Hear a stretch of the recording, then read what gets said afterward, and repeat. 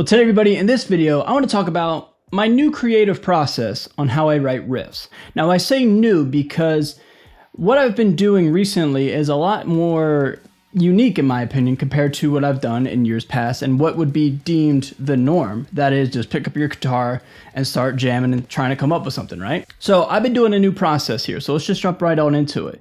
So I brought a friend with me. This is my Squier vintage modified baritone Djaa Master, arguably the most sought after Djaa Master model and or baritone model ever. Maybe not Djaa Master, but definitely baritone. You know what I'm trying to say. These things are heavily sought after. And I found myself in late 2023 getting myself into a rut where I feel as though I was playing the exact same thing over and over and over, just like we as guitar players do, right? Like we kind of sometimes get into a creative rut where we really can't seem to break out of it. Well, I found something that's really beneficial for me, and I also feel as though it's incredibly beneficial for other people as well who may not even play guitar. People who may like to play bass, play drums, or just produce music in general, etc. So I've been using MIDI instruments whenever I feel as though I'm in a creative rut. But before we get into that, let's listen to a riff I made.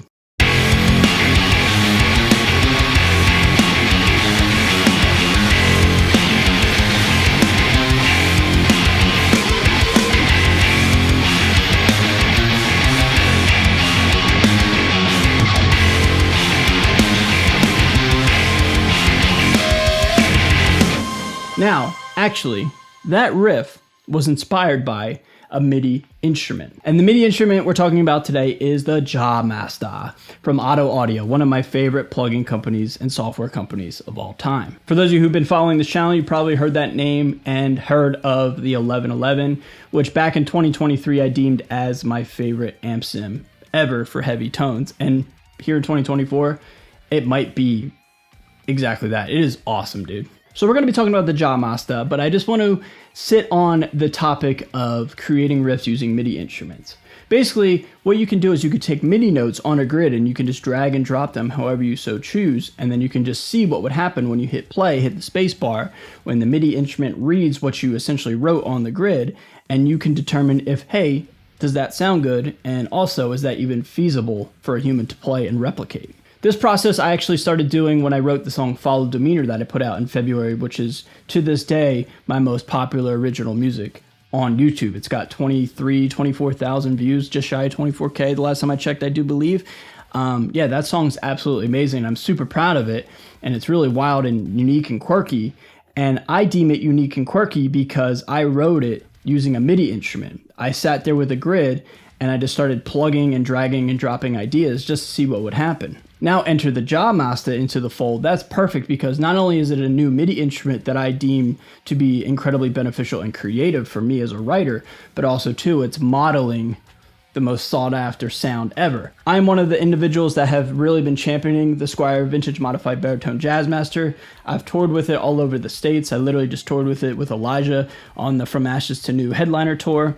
And yeah, like I absolutely love this sound. So the fact that we have an instrument that replicates this sound, it's amazing. Now let me play that riff that I just did in the beginning of this video, and let me just overlay the MIDI guitar tones and the MIDI demo track on top of that.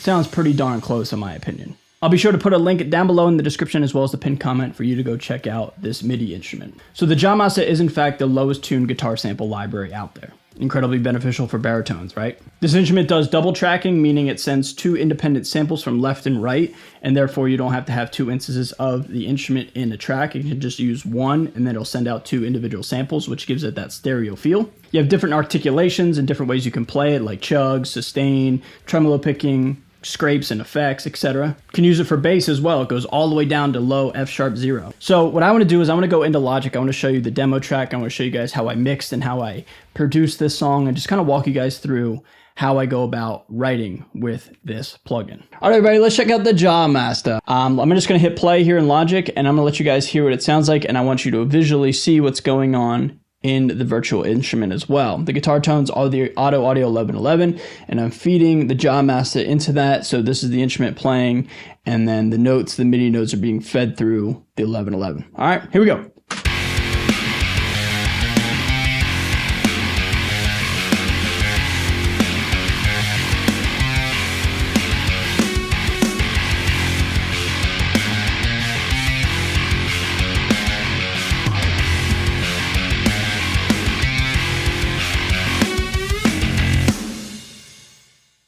Pretty cool, right? So you could see the plugin was moving because I was doing stuff, which I'm going to show you. I was adding what's called key switches, where you have the ability to change the articulation of the instrument. So it makes it so where you have more opportunities to do different types of sounds on the instrument, and it's not just all the same type of note and picking technique. I'll show you guys here in a second. So before we get into that, let me just solo the guitar so you can hear what it sounds like on its own. It's pretty gnarly. It's pretty nasty. The 1111 in this thing, pretty gnarly sounding.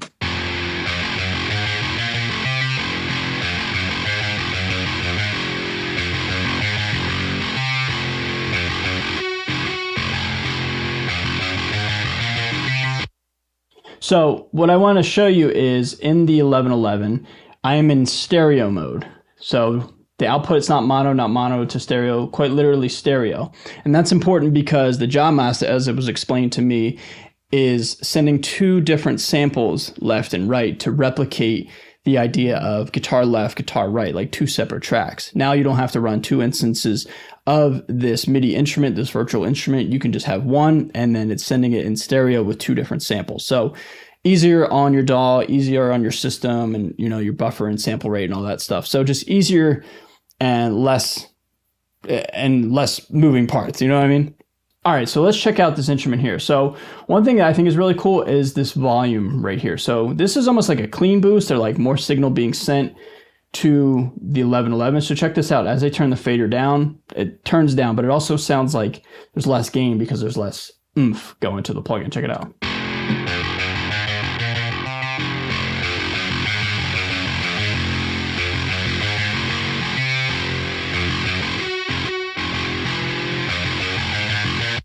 I like kind of setting it anywhere between -2 and -6 because, again, to really, in my opinion, get that clanky sound, the baritone Jazz Master sound, you need it to be kind of clean. You don't need to blow it out because it loses all sense of like definition and articulation. Just a cool little feature that I really appreciate. We also have attack, decay, sustain, and release. Release is really important in case you don't want to have it be so staccato and like you kind of want the notes to trail on just a smidge.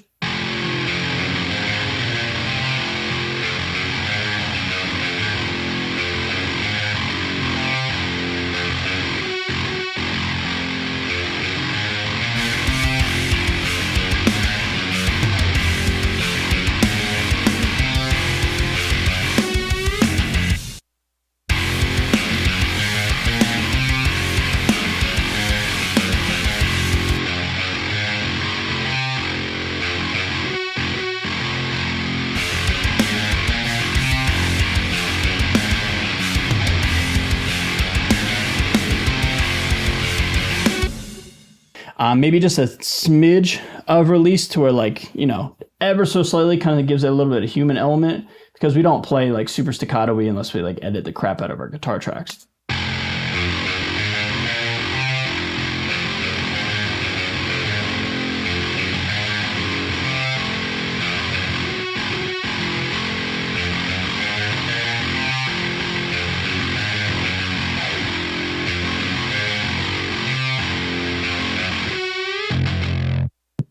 Something cool to just check out, just a little added feature. And then attack and decay, like attack how fast you want the notes to play.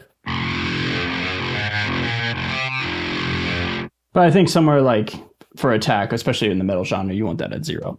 Anyway, just a lot of different features. We have the tracker, the panning, stuff like that. We have a lot of stuff to mess with. But for the sake of this video, I just want to focus on what I chose to do and how I chose to write riffs and how I'm using these types of instruments to write riffs anymore. Let's go into the grid section here, the MIDI section. So what I did was I did my usual thing, which is be down in drop F, drop F MIDI notes that accommodate to that tuning, find that pitch, etc. And then I picked a key and or a mode. I picked F Phrygian, and Phrygian's arguably my favorite mode to play in. So you guys got to really hit the books if you want to know any type of stuff with theory and things like that.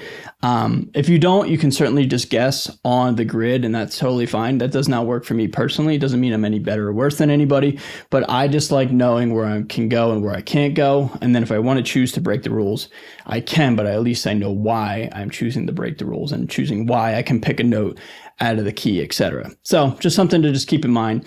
But these notes right here are all in F Phrygian, and I'm doing like a little walk up from 12, 13, 15, 17, and 19. So all those notes are in the key of F Phrygian.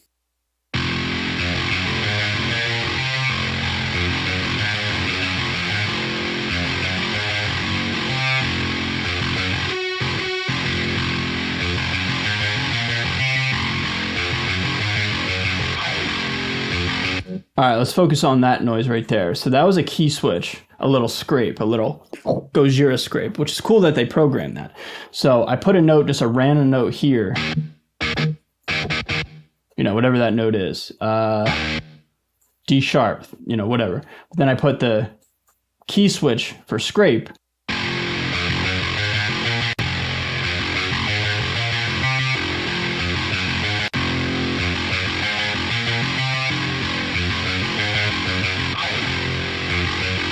And then it triggers it. And then in order to get back into the Maasta articulation, which is what I deem just like normal guitar playing, you have to put the key switch back in here as well, because if you don't, then it's just going to be doing scrapes the whole time. Check this out. This will be wild.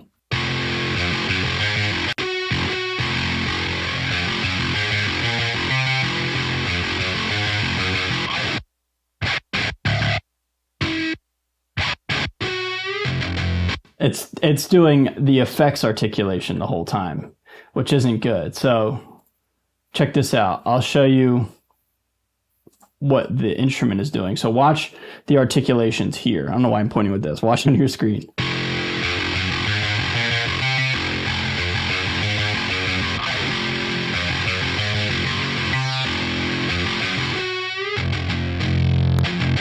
And then check out the end here. I'm going from Maasta to pinch harmonic bends to chug.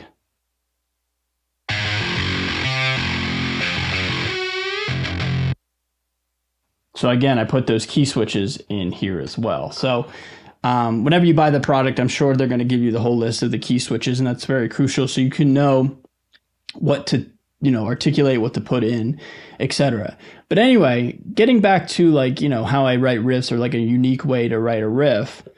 What I did when I came up with this is, again, I picked a key, and then I quite literally just started putting MIDI notes on the grid just to see what could happen. If I could back up for a second, I literally started with the drum track. And then from there, I literally just have a style and an idea. I like BPMs anywhere from 170 to 190. So I picked, I believe, 188, if my memory serves correct. Yeah, 188. And so then from there, it was just a matter of what can I do to make a riff sound cool in the box that I'm given, that is F Phrygian. So I picked a tempo, a BPM, I picked a key, and then I just played around.